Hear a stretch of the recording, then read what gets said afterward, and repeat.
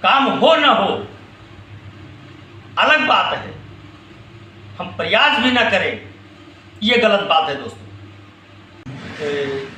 मेरा मनोबल नहीं तोड़ सकते हो, क्योंकि चंद लोग हैं, चंद लोगों की वजह से मैं अपना रास्ता नहीं बदल सकता। लेकिन आप विशेष पार्टी से प्रेरित होकर के और मेरे ऊपर अंधभक्त और गोबर भक्त का इल्जाम लगा रहे हो।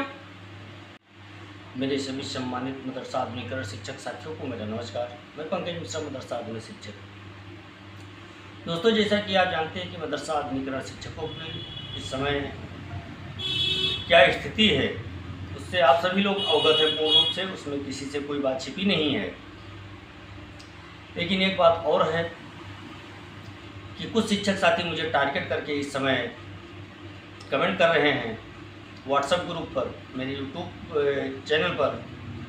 तो मैं उनसे बताना चाहता हूं दोस्तों, आप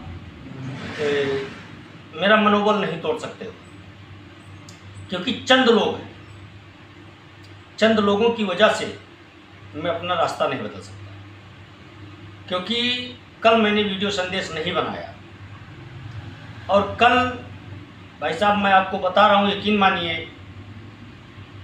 कि 11:30 बजे तक हमारे वीडियो का इंतज़ार हुआ, 11:30 बजे रात तक, और 11:30 बजे से लगभग 12:30 बजे तक कम से कम 200 शिक्षकों ने मेरे पास फ़ोन किया, कहा सर आज की वीडियो आपकी अपलोड अभी नहीं हो पाई है। मैंने कहा कि सर आज मैंने वीडियो नहीं बनाया है।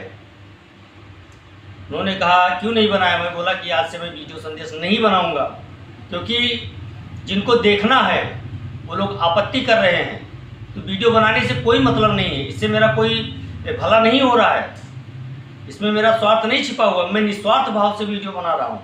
हाँ, ये अलग बात है कि चैनल हमारा मोनेटाइज हो चुका है,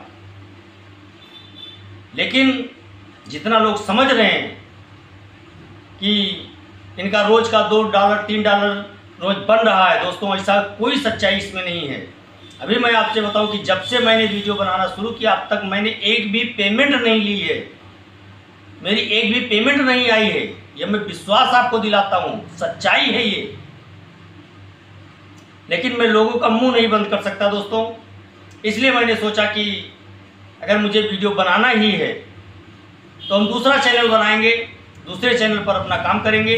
अगर मुझे न्यूज़ देनी है या वीडियो संदेश बनाना है या कुछ भी बनाना है तो मैं दूसरे चैनल पे काम करूंगा। लेकिन फिर भी शिक्षक साथियों ने मुझे हौसला दिया और काफ़ी लोगों ने फ़ोन किया। आज सुबह भी कई लोगों का फ़ोन आया, मैं सो रहा था तभी भी फ़ोन आया, सर आज का अपडेट आपने नहीं दिया, हम लोग इंतज़ार कर रहे थे। कभी कभी होता है कि रात में वीडियो अपलोड नहीं हो पाती है तो बड़ी सुबह 5-6 बजे तक आपकी वीडियो आ जाती है, लेकिन वीडियो नहीं आया। तो मैं सोचा कि आपको डिस्टर्ब करूं, आप सो रहे थे, लेकिन मैंने सोचा कि फ़ोन करूं। तो दोस्तों, कुछ लोग ऐसे हैं जो मेरे वीडियो का विरोध कर रहे हैं, लेकिन अधिकतर लोग ऐसे हैं जो मेरे वीडियो का इंतज़ार कर रहे हैं। दोस्तों, अगर वो सो जाते हैं और सो करके जागते हैं तो अपनी मोबाइल देखते हैं कि उनका पंकज सर का वीडियो आया होगा और वो अपने नोटिफिकेशन चेक करते हैं। दोस्तों, ये उनका प्यार है कि मुझे बार बार वीडियो संदेश बनाना पड़ रहा है। और अगर आप लोगों का ऐसा प्यार रहा तो मैं आप लोगों से वादा करता हूँ, कोई कुछ भी कहे, कहता रहे, मुझे कोई गम नहीं है, मैं आप लोगों के लिए वीडियो संदेश जरूर बनाऊंगा। दोस्तों, मैं आपको बताना चाहता हूँ कि आज माननीय सर्वोच्च न्यायालय में मदरसा बोर्ड को लेकर के आज जैसी कि सूचना आ रही थी कि सुनवाई है, हो सकता है कि आज बहस शुरू हो और कल लगभग छुट्टी होनी चाहिए। परसों फिर डेट लगी है 3 तारीख को। अब ये 2 दिन की सुनवाई के बाद में क्या निष्कर्ष निकलता है ये देखने वाली बात होगी दोस्तों। लेकिन इसी बीच मैं आपको बताना चाहता हूँ कि कुछ शिक्षक साथी हमारे जो सुप्रीम कोर्ट में एक पार्टी बनना चाहते हैं, मदरसा आधुनिकरण शिक्षकों के तरफ से 22,000 शिक्षकों के तरफ से उन्होंने 100 रुपये और 200 रुपये प्रत्येक शिक्षक के लिए चंदा लगाने का जो फैसला किया है मेरे समझ से कोई बहुत ज़्यादा नहीं है, आप लोगों के तरफ से भी कोई ज़्यादा नहीं होगा, क्योंकि इतना तो हम लोग रोज़ के चाय पानी और गुटखा में ख़त्म कर देते हैं जो मेरे शरीर को हानि पहुंचाता है। गुटखा खाने से कैंसर होता है, नहीं खाना चाहिए, फिर भी हम लोग जानबूझकर खा रहे हैं। तो क्या हम अपने खोए हुए सम्मान को बचाने के लिए 100 रुपया 200 रुपया सर्व नहीं कर सकते हैं? कर सकते हैं। अब मैं आप लोगों से कहना चाहता हूं कि जो देना चाहता है वो दे सकता है, नहीं देना चाहता है तो कोई ज़बरदस्ती नहीं है। आप अपने मन के राजा हैं, आप चाहे दें चाहे ना दें। दोस्तों, मैं आपको बताना चाहता हूं कि लगभग मुरादाबाद से 7-8 हज़ार रुपया चंदा हो चुका है सुप्रीम कोर्ट जाने के लिए। आप लोग भी अगर सहयोग करेंगे तो अभी समय थोड़ा सा बचा हुआ है, और वो पार्टी अगर हम लोग भी बन जाएंगे तो उसमें हम लोगों की भी सुनवाई होगी, क्योंकि आधुनिकीकरण पर बल दिया गया है। एनसीपीसीआर की रिपोर्ट ने ये जाहिर कर दिया है कि कक्षा 8 तक आधुनिक विषय की पढ़ाई हो रही है। सरकार ने भी इस चीज़ को माना है। अब दोस्तों, देना ना देना आपका काम है। मेरे हिसाब से मुझे अच्छा लगा, इसलिए मैंने आप लोगों से कह दिया है। इसके लिए ना मुझे पैसा मिला है, ना मुझे इसके लिए पैसा चाहिए। मैं जो हो सकता है मैं भी अपने तरफ से मदद करने के लिए तैयार हूँ। अगर आप लोगों की इच्छा हो तो आप लोग कर सकते हैं।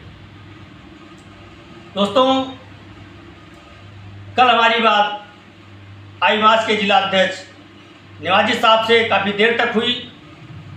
रीट के संबंध में बकाये को लेकर के जो हम लोगों की रीट इलाहाबाद हाईकोर्ट में चल रही है, 2 बार उसमें हम लोगों को हमारे पक्ष में फैसला भी आया है, लेकिन कुछ कारणवश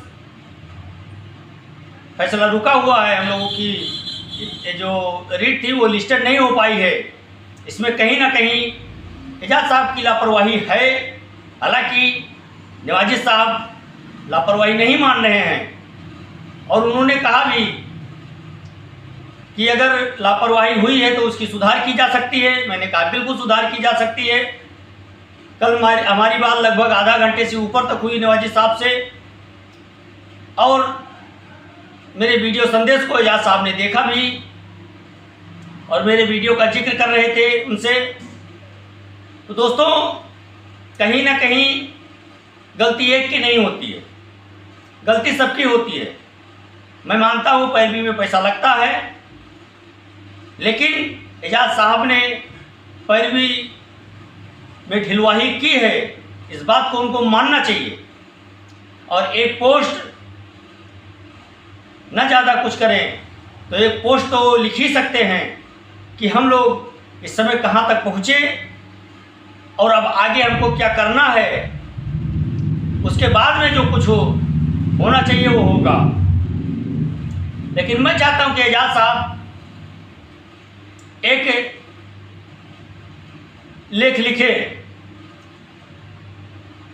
दोस्तों, कहीं ना कहीं जितने रीट धारक हैं, आधा से ज़्यादा तो बाहर जा चुके हैं। लगभग 25 से 30% लोग बचे हैं जो एक्टिव हैं, और वही लोग घूम घूम करके धरने में आ रहे हैं, वही लोग घूम घूम करके चंदा दे रहे हैं, वही सब कुछ कर रहे हैं। बाकी के लोग तो मज़े कर रहे हैं, और सबसे ज़्यादा चिंता उनको है जो घर बैठ करके पैसा ऐंठ रहे थे, ले रहे थे, वही कमेंटबाजी कर रहे हैं, और वही घर बैठ करके एक दूसरे के ऊपर एलिगेशन लगा रहे हैं। दोस्तों, मैंने सिकंदर बाबा से भी 2-3 दिन बात करने का प्रयास किया है। उनके पास मैंने फ़ोन भी किया है, और उन्होंने मेरा फ़ोन रिसीव नहीं किया है। ये मेरी उनसे शिकायत है। अगर वो मेरा इस वीडियो देख रहे हैं तो उनसे मेरी शिकायत है कि क्या केवल धरने के टाइम हम लोग याद आते हैं, उसके बाद हम लोगों से लेना देना नहीं रहता है। सिकंदर बाबा को नहीं चाहिए कि वो फ़ोन करके पूछे कि जो हमारे साथ शिक्षक हैं, हमारे लिए जी जान से लड़ रहे हैं, उनकी क्या स्थिति है, उनका हाल चाल भी नहीं लेना चाहिए या उसके बारे में कुछ बताना भी नहीं चाहिए। ये सिकंदर बाबा को तय करना है। लेकिन अगर उनका इसे रवैया रहा तो इतना आप मान करके चलिए कि कहीं ना कहीं शिक्षक जो बेसहारा हो चुके हैं, एक सहारा बन करके सिकंदर बाबा उभरे हैं और लोग उनकी तरफ टकटकी लगा करके देख रहे हैं। अगर उनका यही रवैया रहा तो कहीं ना कहीं शिक्षक एकदम से अनाथ होने के लिए कगार पे बैठे हुए हैं और वो भी इनके हाथ से चले जाएंगे। उसके बाद में शिक्षकों को इकट्ठा करना बहुत बड़ी बात होगी दोस्तों। बाकी वो लोग बड़े नेता हैं, लीडर हैं, उनके जो समझ में आएगा वो लोग करेंगे। हाजी समीउल्लाह साहब इस समय चुप्पी मार के बैठे हुए हैं। वो भी ना कोई पोस्ट डाल रहे हैं, ना कोई उनकी प्रतिक्रिया दिख रही है। ऐसा नहीं होना चाहिए। धरने के बाद से सभी लोग सुस्त पड़े हुए हैं और ये सुस्ती मुझे केवल एक ही चीज़ में दिख रही है, केवल जो संयुक्त मोर्चा बनाया गया उसके कारण आज ये सुस्ती आई है।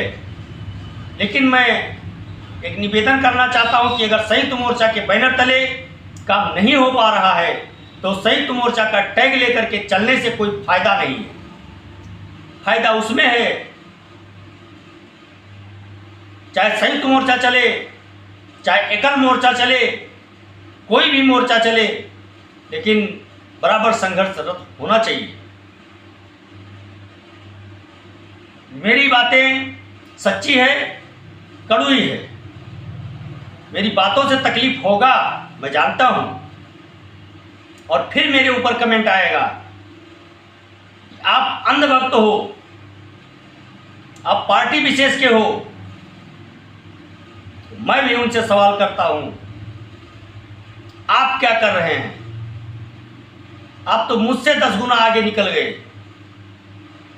आप अपने सुख से परेशान, दुख से नहीं परेशान हैं। दूसरे की ताकत झांकी करने के लिए आप परेशान रहते हैं। इसलिए ऊपर वाला आपको कभी माफ नहीं कर पाएगा और ना कभी तुम सक्सेस बन सकते हो। अगर सक्सेस बने हो और यही रवैया आपका रहा तो कहीं ना कहीं फ्लॉप होने में ज़्यादा समय नहीं लगता है दोस्तों।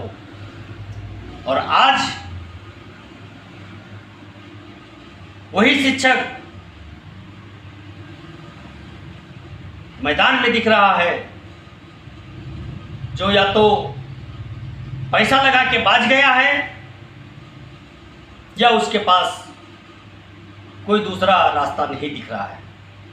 उनके मजबूरी का फायदा ना उठाया जाए, उनका शोषण ना किया जाए। जो यथासंभव हो सके वो प्रयास किया जाना चाहिए। काम हो ना हो अलग बात है, हम प्रयास भी ना करें ये गलत बात है दोस्तों। कोशिश जारी रखनी चाहिए। काम होना ना होना ऊपर वाले के हाथ में है या फिर मुख्यमंत्री जी के हाथ में है। प्रयास करना हमारे हाथ में है। हम प्रयास कर रहे हैं और प्रयास करते रहेंगे।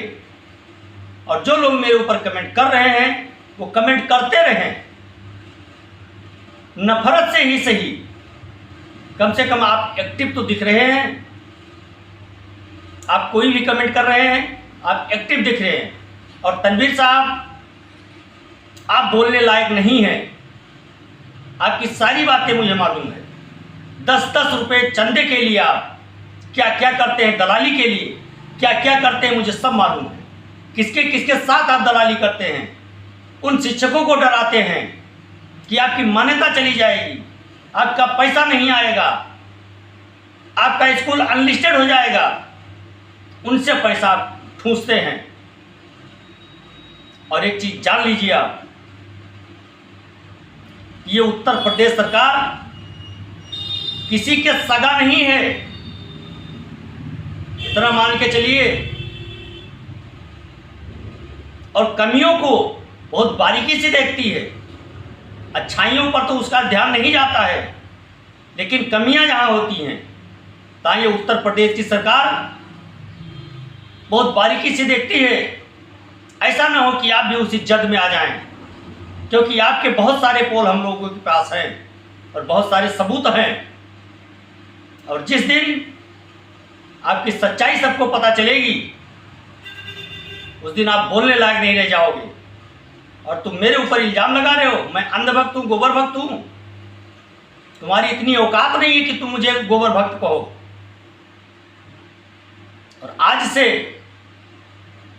इतना ध्यान रखना कि बोलने से पहले सोच विचार के बोलिएगा। नहीं, आपकी भाषा में जवाब देना मुझे बहुत अच्छी तरह से आता है। मैं जानता हूँ आप कहाँ रहते हैं, क्या करते हैं, कितना दलाली करते हैं, सब मुझे मालूम है। तो आपको रिमांड पर लेने के लिए मुझे ज़्यादा समय नहीं लगेगा, इतना ध्यान रखिएगा। आप अपना काम कर रहे हैं, हम अपना काम कर रहे हैं। आप अपना काम करते रहिए, हमको अपना काम करने दीजिए। जिस तरह से हम अपना काम कर रहे हैं हमको अपने हिसाब से करने दीजिए। आप मुझे बताने लायक नहीं हैं। हाँ, आप बताने लायक होते जब आप अच्छाई से काम करते, ईमानदारी से काम करते, तो आप बताने लायक थे, आपकी सलाह में मानता। लेकिन आप विशेष पार्टी से प्रेरित होकर के और मेरे ऊपर अंधभक्त और गोबर भक्त का इल्जाम लगा रहे हो। जितना विरोध मैंने किया है सत्ता पक्ष का, तुम्हारे अंदर उतनी औकात नहीं है कि आप इतना बोल दो। केवल चमचागिरी कर सकते हो या दलाली कर सकते हो, इसके अलावा तुम्हारे अंदर कुछ नहीं है और ना तुम कुछ कर सकते हो। मुझे आज मजबूर होकर के तुमको जवाब देना पड़ रहा है। खैर छोड़िए इस बात को, वाद प्रतिवाद चलता रहेगा। दोस्तों, आज सुप्रीम कोर्ट का बहुत अहम फैसला है और आप लोग दुआ करिए कि हम लोगों के पक्ष में आए और हम लोगों की लड़ाई थोड़ी आसान हो जाए। शाम तक जैसा अपडेट मिलेगा मैं आप लोगों के सामने फिर उपस्थित होऊंगा। तब तक के लिए नमस्कार, जय हिंद, जय भारत, भारत माता की जय।